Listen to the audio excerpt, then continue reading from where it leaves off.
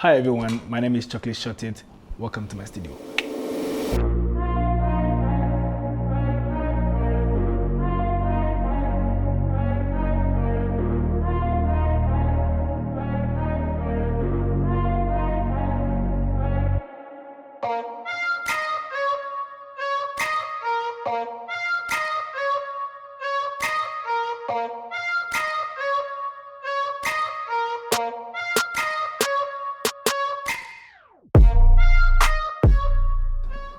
I love this one.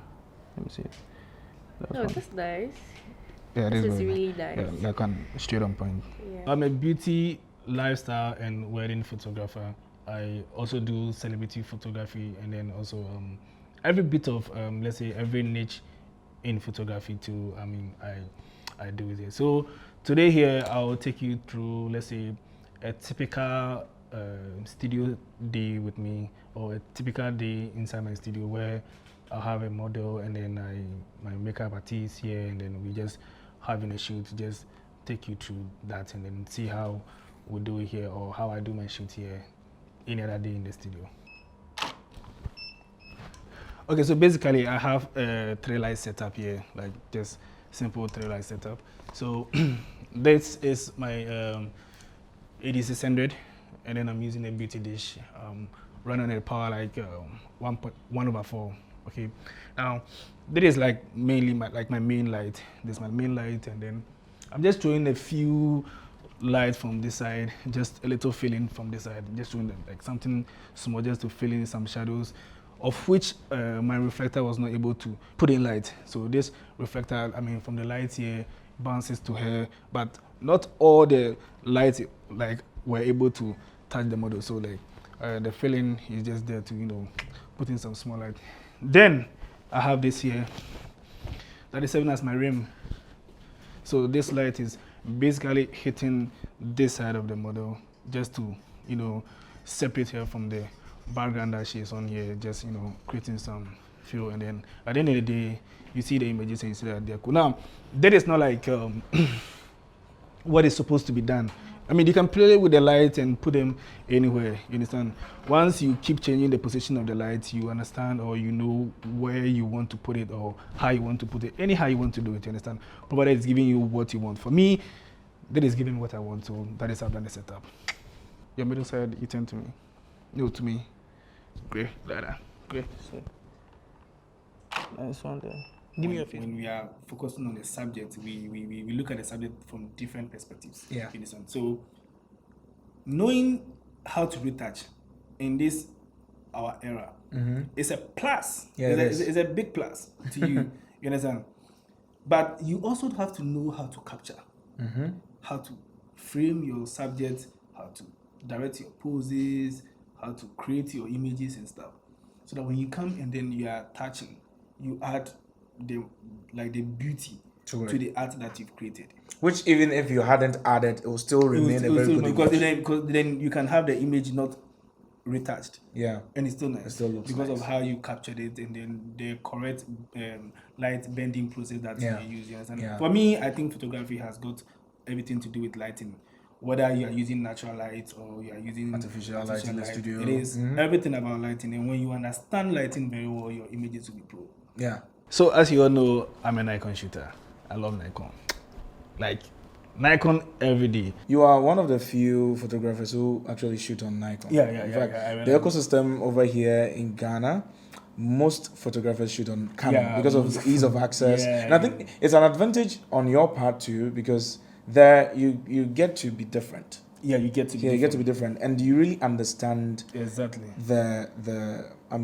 the manufacturer and how the pictures come out, the results. So is it important that you stay with, let's say, one ecosystem like you are with Nikon for a very long time, instead of jumping here and there? Because then if I want to do videos, I wouldn't consider Nikon for my camera choices. You understand? Then I'll go for cameras that I know that have autofocus very much on point, because Nikon doesn't still have that autofocus eye tracking thing still on point. True. You understand? So I think Canon overpowers Nikon over there in that aspect. Sony and the the red. I think Panasonic also does well. Also does well, you know. Panasonic also does well. So if I want to venture into a little bit of videos, Nikon won't be my choice. Your choice, true. Until maybe they release any other model that does well with the autofocus. Autofocus, I wouldn't go for Nikon. So understood. you have to understand why you are using this particular camera and why you think that is what is supposed to serve this purpose. Yes. Until then, I mean, you just be, they said this new camera is in town. You'll be jumping from here to there. Then if I'm shooting a model who is light skin, I love to use the D850. Okay. When I'm shooting a model who is of, let's say, melanin, dark, chocolate, I use my D750 because I realize that the color difference, that the 750 works more with melanin skin tones. Okay. Yeah. So if I'm working with somebody who has a dark skin tone, I love to use the 750. I see. Because if I use the 850, I see more of like too much color.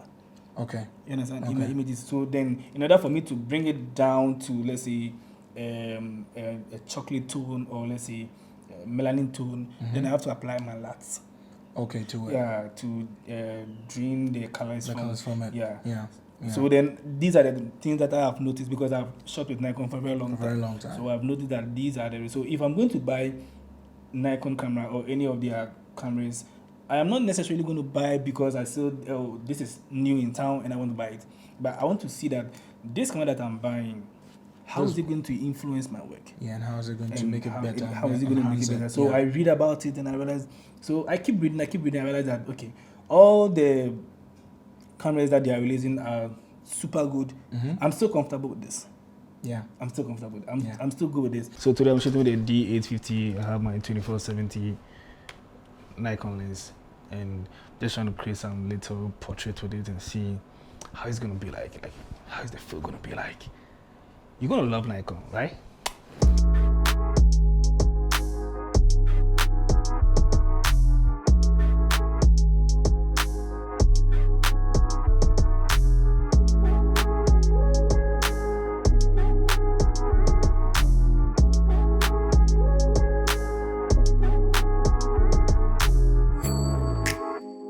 So basically, I keep some of my images here, not like all of them, but let's say some of them, majority of them, I keep them on the iPad. You know, anytime maybe we're having a shoot to show to the model what I'm trying to achieve, maybe the concept, what we are trying to achieve, and then let's say we brainstorm on some one or two stuff.